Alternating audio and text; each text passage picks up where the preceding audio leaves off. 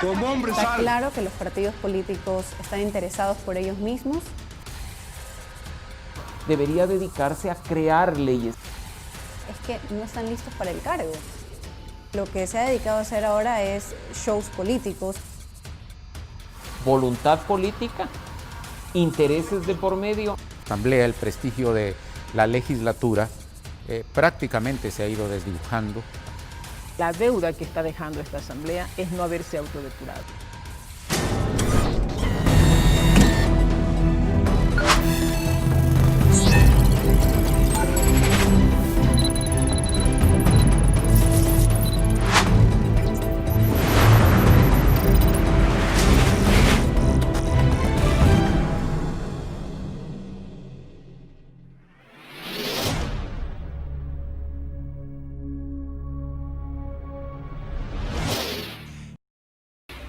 Esta es la sede de la Asamblea Nacional, el llamado símbolo de la democracia, el poder legislativo que reúne a los representantes del pueblo.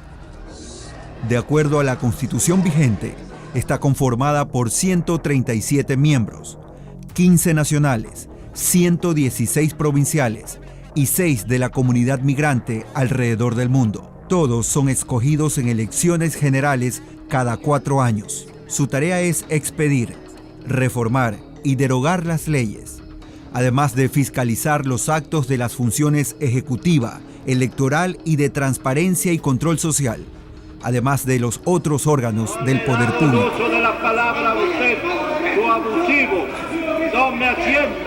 Su actuación ha marcado la historia del país por medio de cambios constitucionales y especialmente desde el retorno a la democracia en 1979 por hechos poco ejemplares. Como hombre sal. Y aquí me encuentras en por qué sí. Estás verde, miserable. Se acabó esta pantomima aquí de guardar la compostura para ser hombre. Mamarracho, carajo. Que ha habido un desgaste en la institucionalidad democrática en el Ecuador. Si analizamos como punto de partida el retorno de la democracia con la presidencia de Jaime Roldós Aguilera, observamos que el prestigio de la Asamblea, el prestigio de la legislatura, prácticamente se ha ido desdibujando, ha ido decayendo. Suficiente con observar las personalidades que han pasado por esa función del Estado, no solamente por su capacidad de exposición, sino por básicamente su formación, su conocimiento.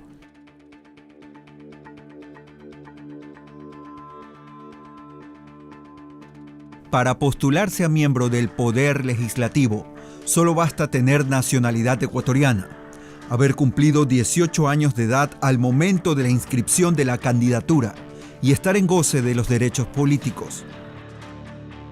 Darwin Seraquibe es miembro del Comité por la Institucionalidad Democrática, una organización ciudadana. Él tiene una lectura de lo que durante las últimas décadas ha ocurrido al interior del Parlamento. Un elemento que se olvidan los políticos es que cuando llegan al legislativo es pensar primero en el Ecuador, para poder pensar en una agenda en común. Cuando piensan desde los partidos y movimientos políticos a los que representan, o desde los intereses grupales o personales que representan e intentan construir una agenda, se equivocan. Pero si ponen por delante el interés del Ecuador, lo que el Ecuador necesita para salir adelante, para generar un cambio, para atender a las grandes mayorías, jamás se van a equivocar y pueden ponerse de acuerdo, pero no lo han hecho así. Ayúdame aquí un momento, Giovanni. ¿Cómo te llamas? Giovanni. Hasta el 2007, el organismo que ejercía el poder legislativo en Ecuador era el Congreso Nacional. La principal propuesta de campaña del candidato a la presidencia, Rafael Correa, fue la de implementar una asamblea constituyente que redacte una nueva constitución. Y así ocurrió.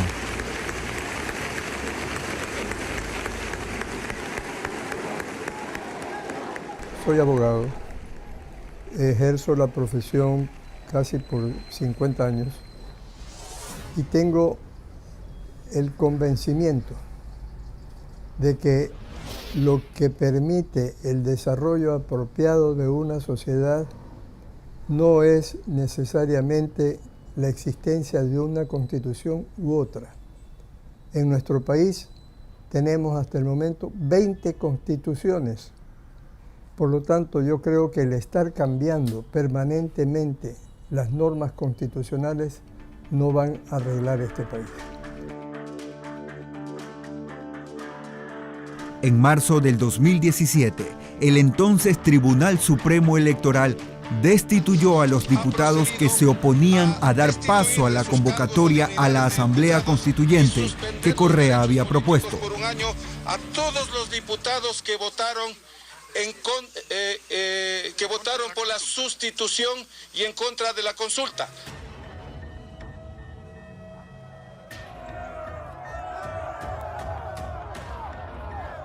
Funcionarios del gobierno de entonces se reunieron en una hostería en las afueras de Quito con varios de los alternos de los diputados destituidos. Algunos de ellos salieron de ese lugar cubriéndose con manteles. De allí la denominación del Congreso de los Manteles. Al día siguiente fueron principalizados y el resto es historia conocida. Lo que ocurre es que el expresidente Correa quería una constitución a su medida. Aquí en el Ecuador y en esa época teníamos mucho respeto por la institucionalidad, sin estar pensando en el egoísmo personal de quién o quiénes ejercen el poder, que es lo que ocurrió con Correa. Y aún así, se violaron una serie de procedimientos, se violó la institucionalidad del país en muchos de sus órganos para permitir que el gobierno de Correa hiciera lo que quisiese sin importarle el marco jurídico nacional. Las pugnas internas provocaron que Alberto Acosta renuncie a la presidencia de la Constituyente y que asumiera Fernando El Corcho Cordero. La democracia se construye ganando y perdiendo, no queriendo imponer. Más de 10 meses de debates y definiciones que generaron los más diversos reclamos desde diferentes sectores políticos. La política como el ejercicio de un mandato que no deriva de la voluntad ciudadana, sino que deriva de la definición ideológica de quienes manejan los resortes del poder. Y yo creo que desde ese punto de vista, el manejo que tuvo la institucionalidad en la década pasada, que tuvo la normatividad jurídica y constitucional en la década pasada, reflejan el carácter autoritario de ese gobierno que nos dirigió. Con una nueva constitución aprobada, la cara del poder legislativo no varió mucho. El hecho de que el expresidente Correa lamentablemente llegó a la conclusión de que como en la Constitución se dice que el presidente de la República es el jefe del Estado, él, Correa, dijo, y como el Estado, según esta Constitución, tiene 5 funciones, por lo tanto yo soy, dijo él, el jefe de la función ejecutiva, el jefe de la función legislativa, de la función judicial, de la función electoral y de todas las funciones del Estado. Eso es absolutismo, eso es una especie de dictadura disfrazada, eso no es democracia. Y según analistas, allanó el camino al deterioro del país. Actos de corrupción sin límite en diversas instituciones del Estado, por cientos de millones de dólares. Una constante mayoría arrolladora del movimiento de gobierno Alianza País, que llegó incluso en el 2013 a colocar por primera vez en la historia a 3 mujeres a la cabeza del Parlamento. Con el único fin de atender las demandas históricas de nuestro pueblo. Bueno, el órgano legislativo ha sido una de las instituciones más desgastadas, inclusive en la década correísta, puesto que pasamos del control del Ejecutivo, del órgano legislativo, donde se le enviaban las leyes para que sean aprobadas y convirtiéndose así en el órgano, en la caja de resonancia del Ejecutivo. Pero el desgaste también llegó al movimiento oficialista. No estuvo exento de desacuerdos internos y fracturas, motivados también por una dura oposición. De que todo el mundo aquí diga yo soy revolucionario, yo soy de izquierda. Antes de ser revolucionario, funcionario del BID era pues compañero Carlitos. ¿O no se acuerda? Yo le visité una vez en su oficina en Washington, ¿no se acuerda? Cuando yo era joven todavía.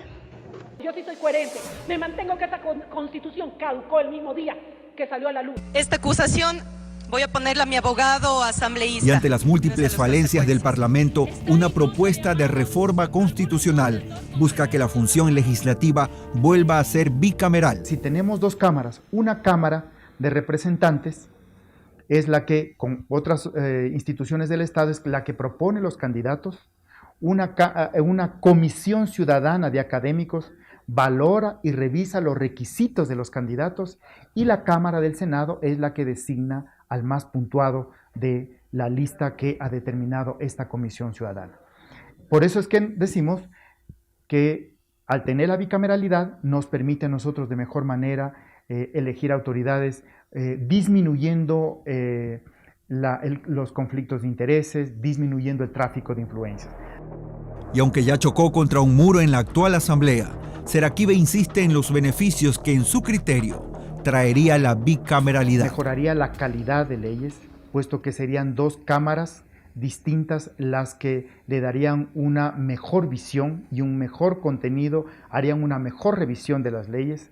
En lo que tiene que ver con el control político, habría la imposibilidad de que el Ejecutivo controle a las dos cámaras. Lo cierto es que en este contexto, los ecuatorianos se alistan para en menos de 90 días volver a las urnas y designar a sus nuevos representantes, a quienes deberán ser su voz, la voz del pueblo.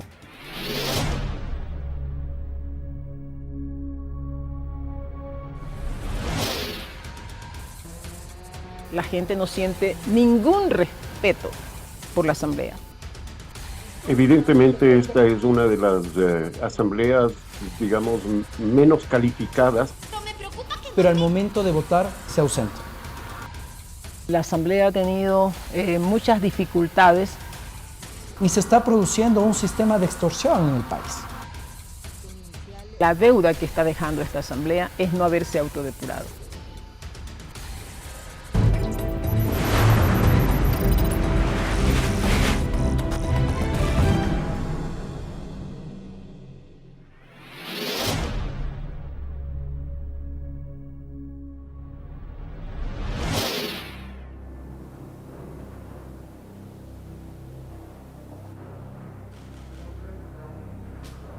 Lo que yo siento ahora, y es lo que más duele, más que la calificación, es que la gente no siente ningún respeto por la Asamblea. Y eso sí preocupa, y debería preocuparnos a todos. La preocupación es generalizada, o más bien el desencanto.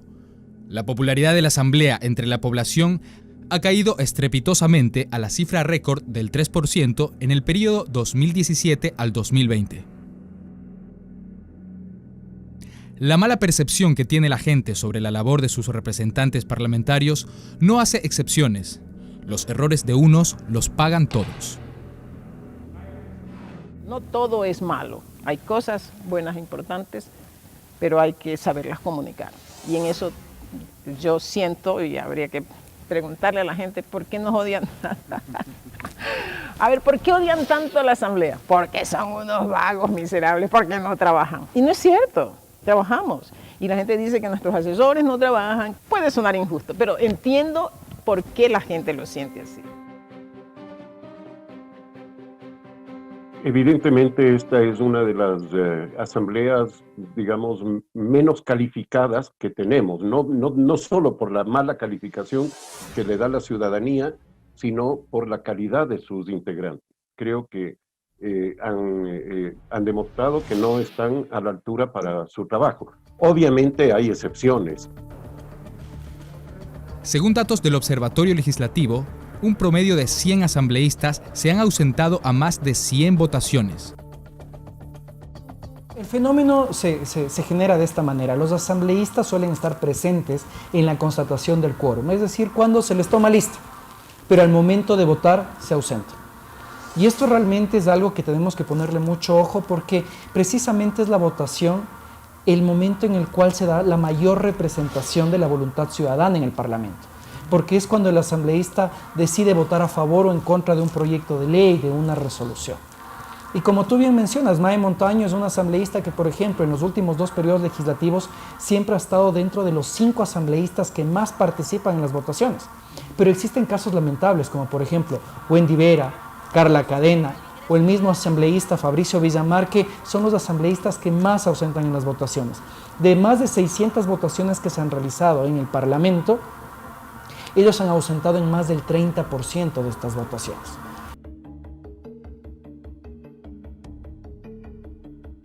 Hay que ser sinceros para decir que la Asamblea ha tenido muchas dificultades, primero en encontrar una conducción política que sea efectiva, que sea eficaz. Ha tenido muchos inconvenientes en mantener una sintonía real con la ciudadanía, en saber escuchar, en entender cuáles son esas aspiraciones, en entender cuál es el momento más propicio para sacar determinadas leyes, para llevar adelante procesos de fiscalización, para que la gente los sintiera honestos, reales, transparentes. Otro de los posibles motivos de la baja credibilidad de la Asamblea se relaciona con escándalos de corrupción que han llevado a la salida de varios legisladores. Hasta el momento hay 3 asambleístas destituidas: Ana Galarza, Sofía Espín y Norma Vallejo.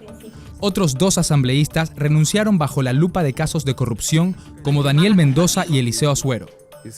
3 más abandonaron el cargo y el país: Gabriela Rivadeneira, Carlos Piteri y Soledad Buendía, quienes después del paro de octubre de 2019 dejaron sus curules y se autoexiliaron en México. También hay una legisladora destituida por sentencia condenatoria. Es el caso de Viviana Bonilla, quien se encuentra prófuga de la justicia, a la que le debe 8 años de cárcel por el denominado caso Sobornos. Este hecho de que aparezcan tantos legisladores involucrados en actos de corrupción, eso genera un rechazo inmediatamente. Segundo, la ausencia de un trabajo serio de la Asamblea en términos de lo que tienen que hacer, que es legislar, que es fiscalizar a las otras funciones del Estado y representar a la ciudadanía. Creo que en todo eso han fallado los legisladores. En total, los asambleístas investigados por la Fiscalía por supuestos casos de corrupción suman 54.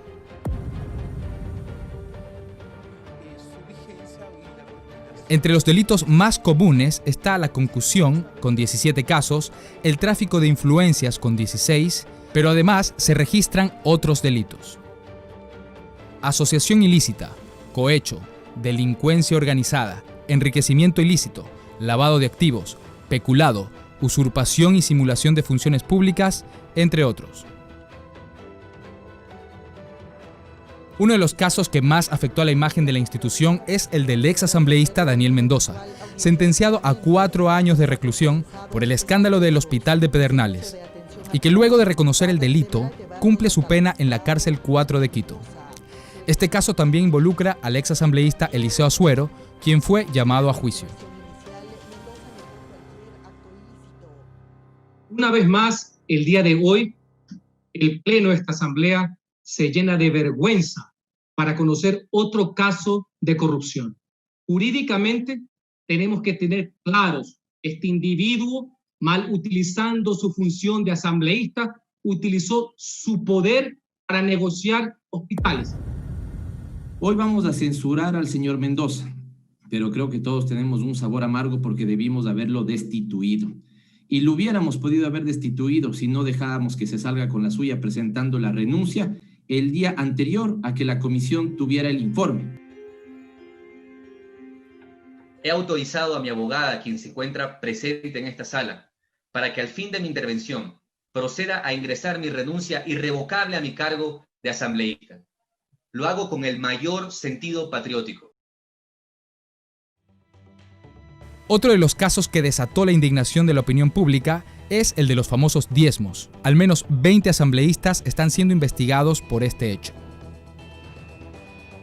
Ana Galarza de Creo y el independiente Eliseo Azuero fueron designados para conformar la comisión tripartita que investigará a la asambleísta de Alianza País, Norma Vallejo, por supuestamente cobrar diezmos a sus trabajadores. Se logra un paso importante para el quehacer de la Asamblea Nacional, ya que la... ¿Usted cree que alguno de sus compañeros se va a atrever a socapar la extorsión? Pero me preocupa que Normita les vaya a diezmar, porque ha sido una práctica que ha tenido desde el 2007.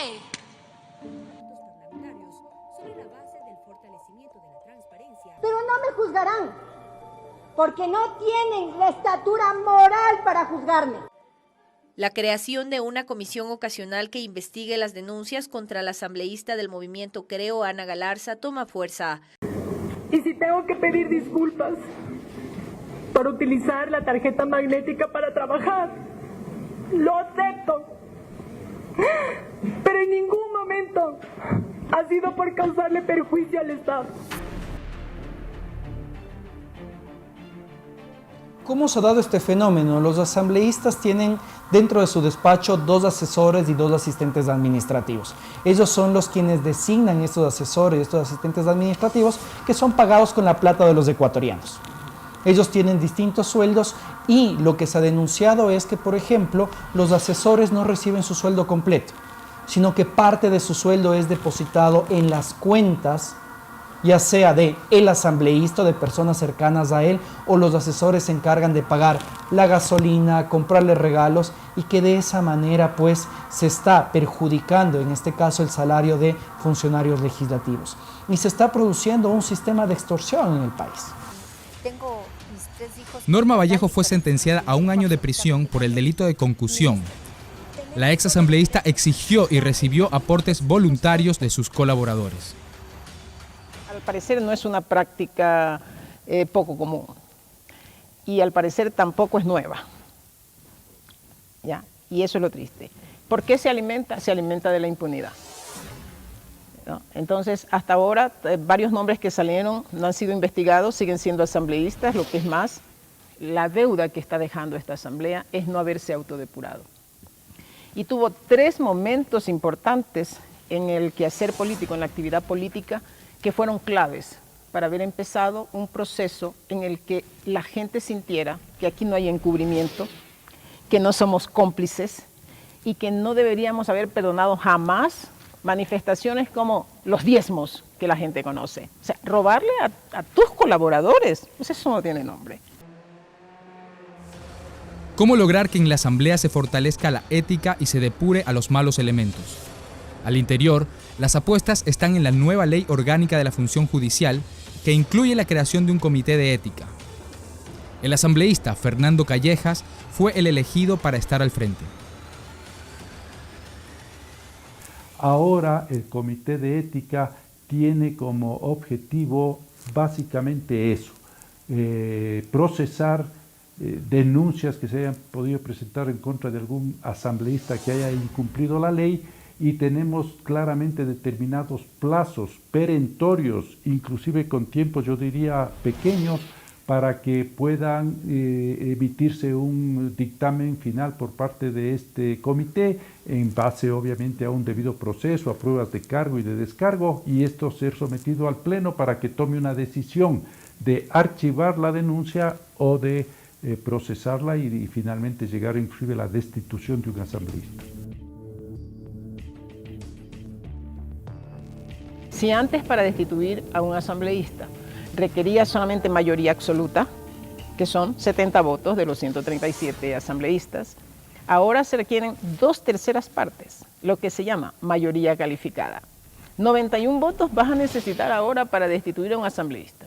Antes pues, se podía empezar la investigación de estos temas, de estos casos, cuando un asambleísta presentaba una solicitud de investigación, sí, que tenía que notariarla y todo lo demás, pero era un asambleísta que podía hacer ese pedido. Ahora es un asambleísta apoyado por el 10% de los asambleístas. Si eso no es un blindaje, dígame usted cómo le llamamos a eso. Bueno, pero yo no le veo ninguna traba a esta disposición, porque está bien que se ponga ciertos requisitos, pero son requisitos mínimos.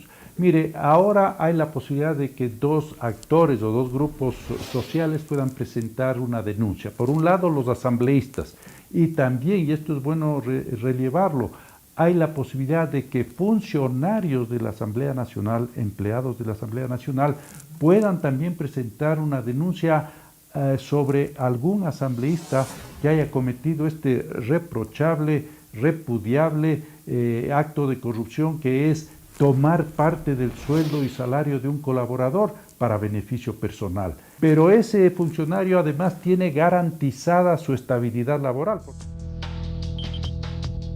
De cualquier manera, el Comité de Ética tiene mucho por hacer en una asamblea cuya imagen ha sido gravemente afectada. Pero para esto no le queda mucho tiempo. A las puertas de las elecciones, el periodo legislativo terminará dentro de poco. Puede parecer que 5 meses son escasos, ¿no es cierto? Pero si nosotros, y esa es la firme decisión del comité, trabajamos responsablemente, eficientemente, podremos cumplir un trabajo aceptable para recuperar la alicaída imagen de la Asamblea Nacional. En resumen, una asamblea desgastada por actos de corrupción, asambleístas destituidos y sentenciados por graves delitos. Pero más allá de la acción de la justicia, los ecuatorianos han desaprobado con indignación la gestión de sus legisladores. Sin embargo, no hay que olvidar que quienes les otorgaron el poder son los propios ciudadanos que ahora los condenan. A menos de 3 meses de las elecciones, habrá que asumir la responsabilidad de elegir a los nuevos padres de la patria.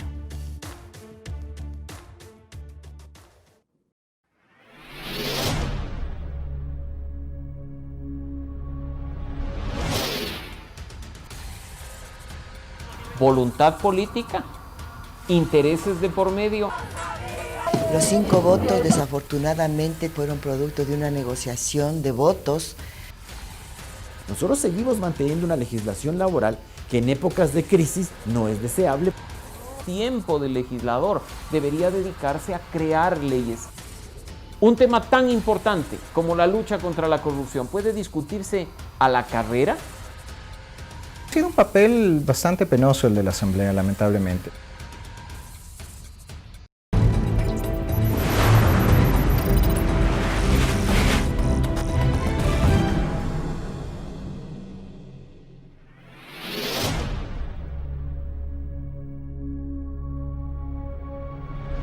El país, con el tiempo, se ha asemejado a una tienda de barrio que fía a sus clientes porque los conoce, que le deja pasar la deuda algunos días, que les permite que paguen ya lo último y que, si está incompleto, ya pues, no pasa nada.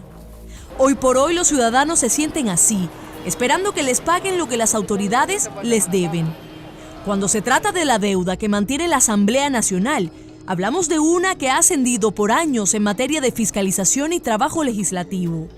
Que si bien es cierto, se ha activado en mejor manera la fiscalización y que esta no está supeditada a la favorabilidad del Ejecutivo, dice Mauricio Alarcón, director ejecutivo de la Fundación Ciudadanía y Desarrollo, que tiene como iniciativa el Observatorio Legislativo.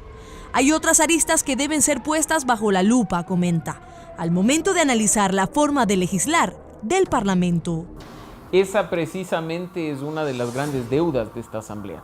El no utilizar la fiscalización políticamente, en función de simpatías o antipatías, en razón de favorecer o perjudicar a determinada persona. Los tiempos de un juicio político están perfectamente establecidos en la ley orgánica de la función legislativa e idealmente un juicio político no debería demorar más de 45 días. Desde el inicio del periodo legislativo, en mayo de 2017 hasta noviembre del 2020, la Asamblea Nacional ha tramitado 31 juicios políticos, de los cuales solo 6 han terminado en censura y destitución del Pleno, mientras que el resto están en trámites, han sido archivados o no han sido resueltos. El último juicio político del que fuimos testigos fue el realizado a la exministra de Gobierno María Paula Romo.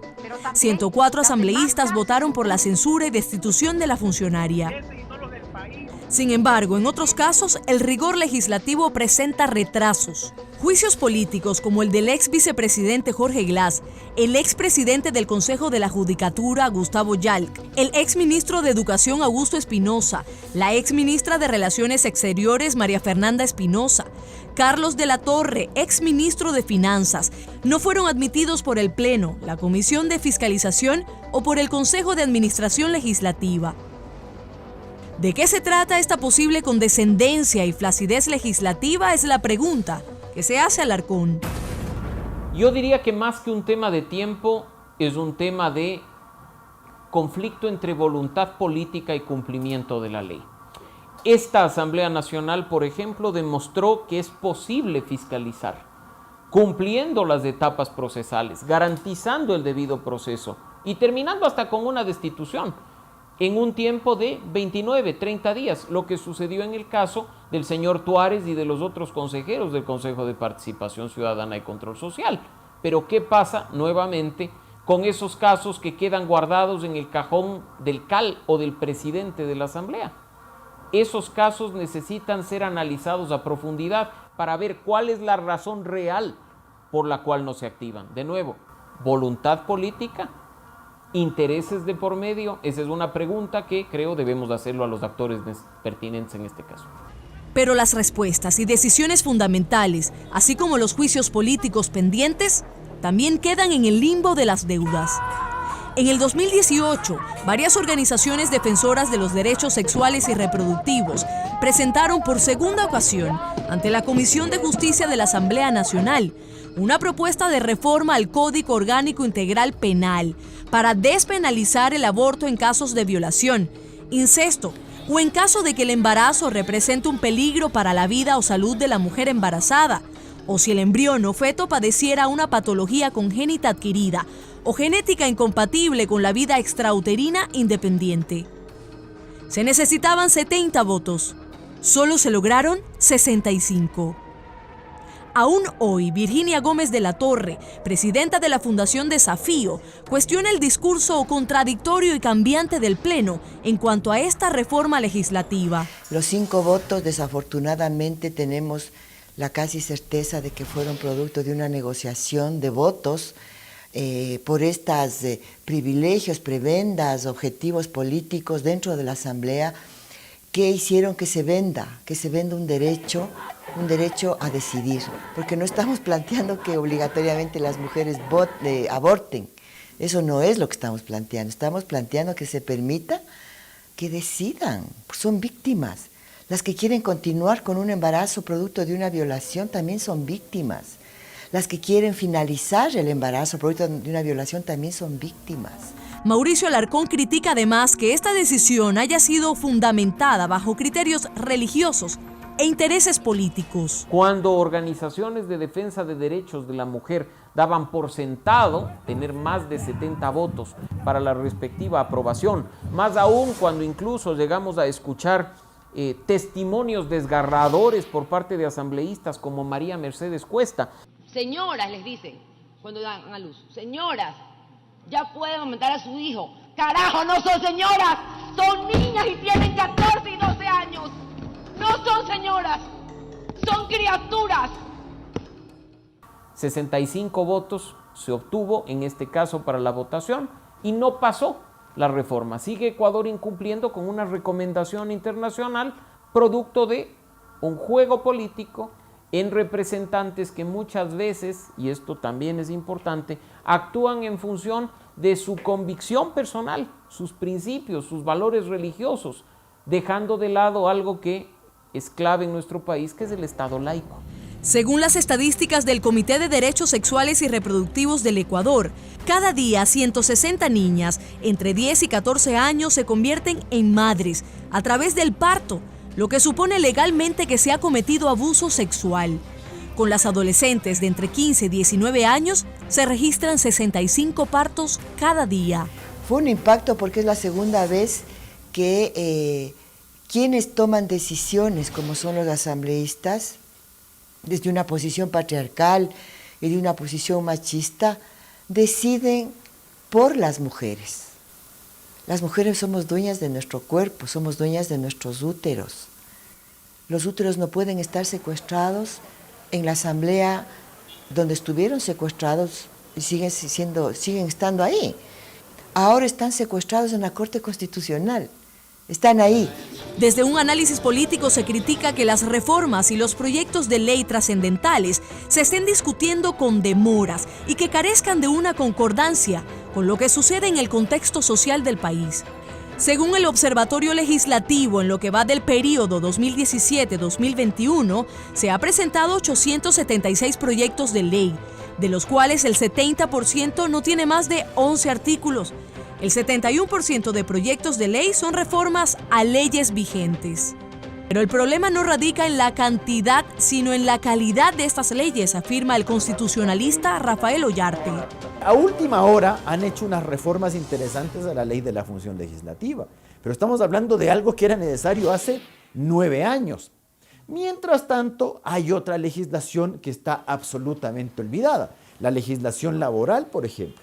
Nosotros seguimos manteniendo una legislación laboral que en épocas de crisis no es deseable porque no promueve el empleo. Más bien tienes una legislación laboral muy rígida. Entiendo yo que la gente que tiene trabajo, se produce este fenómeno del bus lleno. Cuando yo estoy arriba del bus, no quiero que nadie más se suba. Cuando yo estoy abajo del bus, no me importa dónde me pongan, yo quiero subirme. Es el problema que tienes entre la gente que mantiene un empleo formal y que no quiere que sus conquistas, entre comillas, sean tocadas, frente a aquellos que no tienen trabajo y que preferirían tener un régimen laboral más simplificado, menos complejo, para poder obtener una fuente de trabajo. Y sobre eso el legislador debe mucho. En el tema seguridad social también hay muchas deudas, es decir, tienes un sistema de seguridad social público según la Constitución, pero no es pues para que el sistema de seguridad social sea la caja chica de los gobiernos y peor la fuente de actos de corrupción. Mientras hay proyectos de ley que no se tramitan ni se discuten, la Asamblea pasa largas jornadas debatiendo y aprobando resoluciones que para muchos son de tercer nivel de importancia. En estos años se han aprobado algunas resoluciones como el reconocimiento a las artesanas y artesanos del mazapán, la declaración del 12 de diciembre como el Día de la Gastronomía del Ecuador, o la ratificación de la defensa de la familia como núcleo fundamental de la sociedad. Que esto solo significa que existe un problema de agenda legislativa, dice Alarcón. Declarar un día específico en el calendario, como el día del Chimborazo, en el que está más cerca del sol, ese tipo de declaraciones son las que en realidad son absurdas, porque el tiempo del legislador debería dedicarse a crear leyes, a discutir el contenido de las mismas. Ahora incluso está vetado el Código Orgánico de la Salud. Es un tema de importancia nacional que tendrá que ser discutido por quienes vengan. Ya no podrá ser tratado por esta Asamblea Nacional. Y lo mismo ha ocurrido con leyes anticorrupción, que ahora a la carrera se pretende aprobar, porque si no aprobamos hasta el 31 de diciembre, el Fondo Monetario Internacional no nos hace un desembolso. Un tema tan importante como la lucha contra la corrupción puede discutirse a la carrera, con tropiezos, de tiempo express. No, tiene que actuarse con total responsabilidad. Y eso es algo que desafortunadamente no hemos visto en este periodo legislativo. Porque tú vas aprobando leyes, y resulta que las leyes, primero, no tienen mucho que ver con tu realidad social, se van más allá de tus posibilidades y al final se hacen unos textos inaplicables, muy bonitos en el papel, pero difíciles de aplicar e incluso contrarios a la finalidad que se quería tener. Para el politólogo Arturo Moscoso, las actitudes de los legisladores de la Asamblea Nacional están claras y la deuda que mantienen con los ciudadanos, afirma, es una que se mantendrá por años. Bueno, ha sido un papel bastante penoso el de la Asamblea, lamentablemente, ¿no? Y eso un poco responde también a la clase política que tenemos, ¿no? Una clase política que lamentablemente no legisla para el bien común, sino para sus propios intereses, ¿no? Sobre todo sus propios intereses partidarios e incluso sus propios intereses pecuniarios en algunos casos, ¿no? Como se ha determinado en los casos de corrupción, de diezmos, etcétera, que han sido denunciados y han sido investigados en la Asamblea, ¿no? Le queda viendo muchas leyes, algunas leyes en el plano social, leyes para el manejo de la pandemia. A mí me parece que estas leyes que aprobaron para la emergencia no son leyes que sean suficientes para enfrentar lo que se nos viene. Lo que se nos viene es gravísimo, gravísimo, gravísimo. Todavía creo que no dimensionamos el tamaño de la crisis que se va a venir en los próximos años. Y la Asamblea en eso no ha hecho ningún tipo de esfuerzo como para lograr visualizar eso y aprobar las leyes y normas que sean necesarias para tener herramientas para enfrentar esa crisis. El cumplimiento de la agenda legislativa del presidente de la Asamblea, César Litardo, presentada en julio de 2019, aún no ha sido culminada. Fue planteada para 6 meses y ya han pasado 16 y tiene un avance del 70%. Que se vienen tiempos difíciles, dice la mayoría, y la deuda se mantiene. En los próximos meses nos tocará elegir una vez más. Habrá nuevas propuestas y rostros. Otros repetirán su candidatura. De los 137 asambleístas, 31 están de candidatos a la reelección. ¿Iremos postergando el abono de las deudas o nos ponemos de frente de una vez por todas un cartel que anuncie que hoy no fiamos y que mañana tampoco?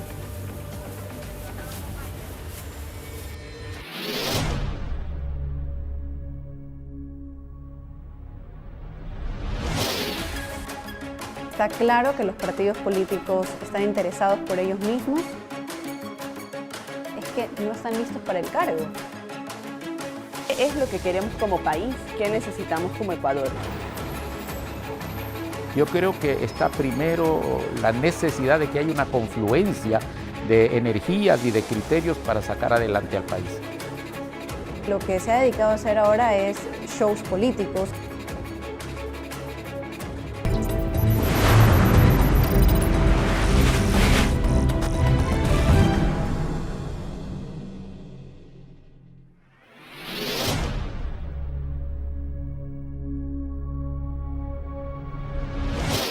El próximo 7 de febrero, más de 13 millones de personas podrán elegir a sus representantes en la Asamblea Nacional. ¿Qué pueden esperar los ecuatorianos del nuevo Parlamento? Los analistas sostienen que lo que se recibirá depende de la selección que se realice antes de sufragar. Hay algo en que hay que ser muy claros, muy sinceros y sin ningún tipo de temor en decirlo. ¿De quién depende las mayorías en una asamblea o en un organismo público? Depende del ciudadano, depende de su voto. Obviamente, si los votos mayoritarios son por partidarios del gobierno de turno o del gobierno que va a venir en un momento dado, por supuesto tiene toda la fuerza. Y la Asamblea haría lo que el gobierno central, lo que la función ejecutiva, lo que el presidente prácticamente le ordena. ¿Qué podemos hacer? Y la primera respuesta está en pensar bien el voto, de alguna forma. Y no solamente eso, sino la exigencia ciudadana cada día debería de sentirse más. Que no se trata tampoco solo de votar y ya, que la ciudadanía debe vigilar el trabajo de los legisladores. Yo creo que es hora de que la colectividad, a través de su iniciativa propia, empiece un trabajo de exigencia a los legisladores para que cumplan las funciones que deben cumplir de acuerdo a lo que dice la Constitución y de acuerdo a los objetivos del desarrollo nacional. Vladimiro Álvarez, quien fue congresista y ministro de Estado, cree que el país vive uno de los momentos políticos más complejos de su historia. Y ante momentos difíciles, las soluciones no son sencillas de aplicar. Yo creo que es imprescindible que todas las funciones del Estado, 5 funciones del Estado actualmente, y en este caso la Asamblea Nacional y la Presidencia de la República, promuevan la necesidad de una gran concertación nacional, una unidad de varios sectores políticos, sociales, empresariales, públicos, privados. ¿Para qué?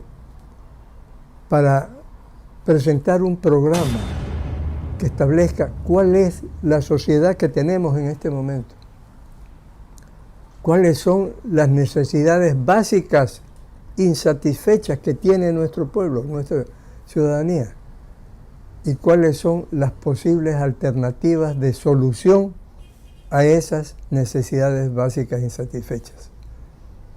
Y trabajar en el próximo gobierno y en futuros gobiernos a corto y mediano plazo, todos unidos para lograr eso, independientemente de las discrepancias que tengan. Un programa de concertación nacional. Es utópico indiscutiblemente, pero es un esfuerzo necesario de formación humana, personal de todos quienes quieran hacer política. Pero hay quienes consideran que difícilmente se generará un panorama distinto al de los últimos años. Está claro que los partidos políticos están interesados por ellos mismos, pero no por el país. Entonces, un proyecto en común cada vez es más lejano.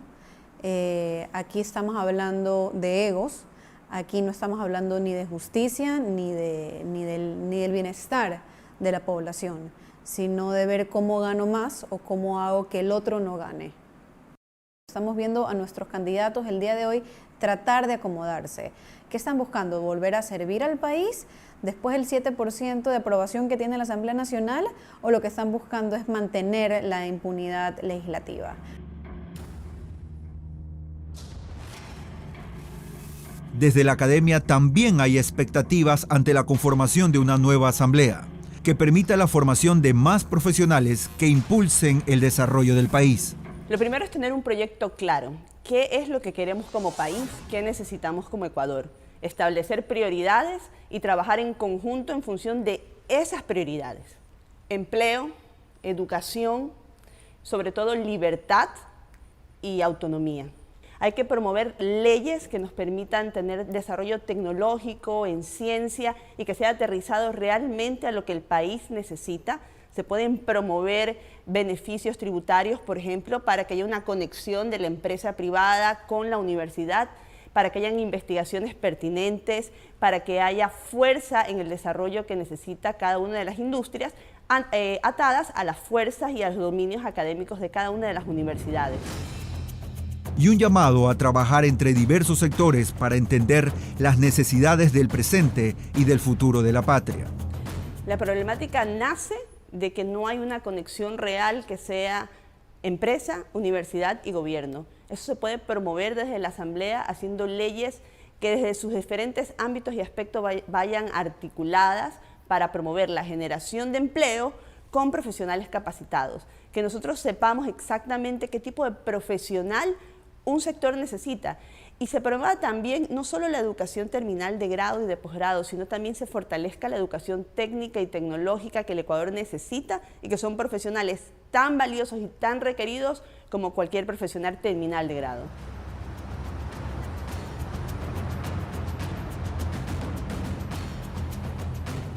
Pero a menos de 3 meses de las elecciones, aún muchos ecuatorianos no conocen realmente qué proponen los candidatos. Hasta ahora yo no veo que existe, por ejemplo, un planteamiento concreto sobre cuál debe ser la política de salud en los momentos actuales en el país, cuál debe ser la política para garantizar el empleo en el Ecuador, que se ha agudizado el desempleo como consecuencia precisamente de la pandemia. Entonces hay una serie de problemas que tienen que ser afrontados y yo creo que más allá de las perspectivas electorales y de las ambiciones electorales, yo creo que está primero la necesidad de que haya una confluencia de energías y de criterios para sacar adelante al país. El reto para los nuevos asambleístas y los que posiblemente repetirán es comprender una forma de trabajo conjunto. Nuestro país, nuestra clase política, lo que nos está dando con esa justificación de ahí están los proyectos de ley, pero no se pudo llegar más allá, es que no están listos para el cargo. Porque ser asambleísta no es ser presidente que uno decreta su voluntad, sino ser asambleísta es aprender a trabajar con la oposición o desde la oposición. Y lo que han hecho nuestros legisladores en este caso es evitar ese trabajo, evitar ese punto de encuentro, evitar ser políticamente inteligente y encontrar a uno o dos patos que saben que no tienen una aprobación general, que saben que son figuras más o menos polémicas o que se sabe que han estado en escándalos y darles con todo a ellos. La Asamblea debería trabajar porque lo que se ha dedicado a hacer ahora es shows políticos. 137 representantes asumirán su cargo en mayo del próximo año, con el desafío de sentar las nuevas bases para el desarrollo a través del empleo y la seguridad. ¿Lo lograrán? El Ecuador está a la espera de su actuación.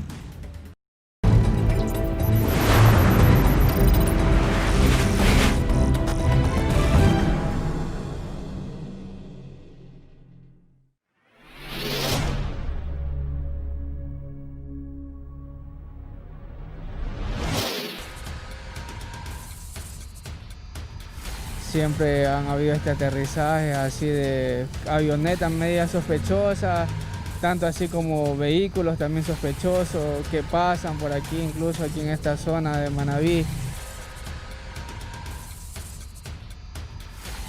Amanecieron construidas bien anchas las cosas y quisimos intervenir como comuna porque somos legítimos dueños de esos terrenos, pero ahí encontramos, ahí salieron los señores armados. De estas pistas no controladas, que entre unas son autorizadas y otras no autorizadas, hay más de 2.000 en el país. Solo contamos con 4 policías para 14 comunas. Es lógico que no se van a abastecer.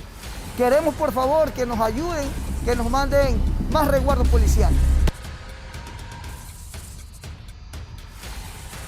Después se llegó a saber de que eran los narcotraficantes que venían a hacer sus desembarques aquí en una pista que es en la vía en Guyima.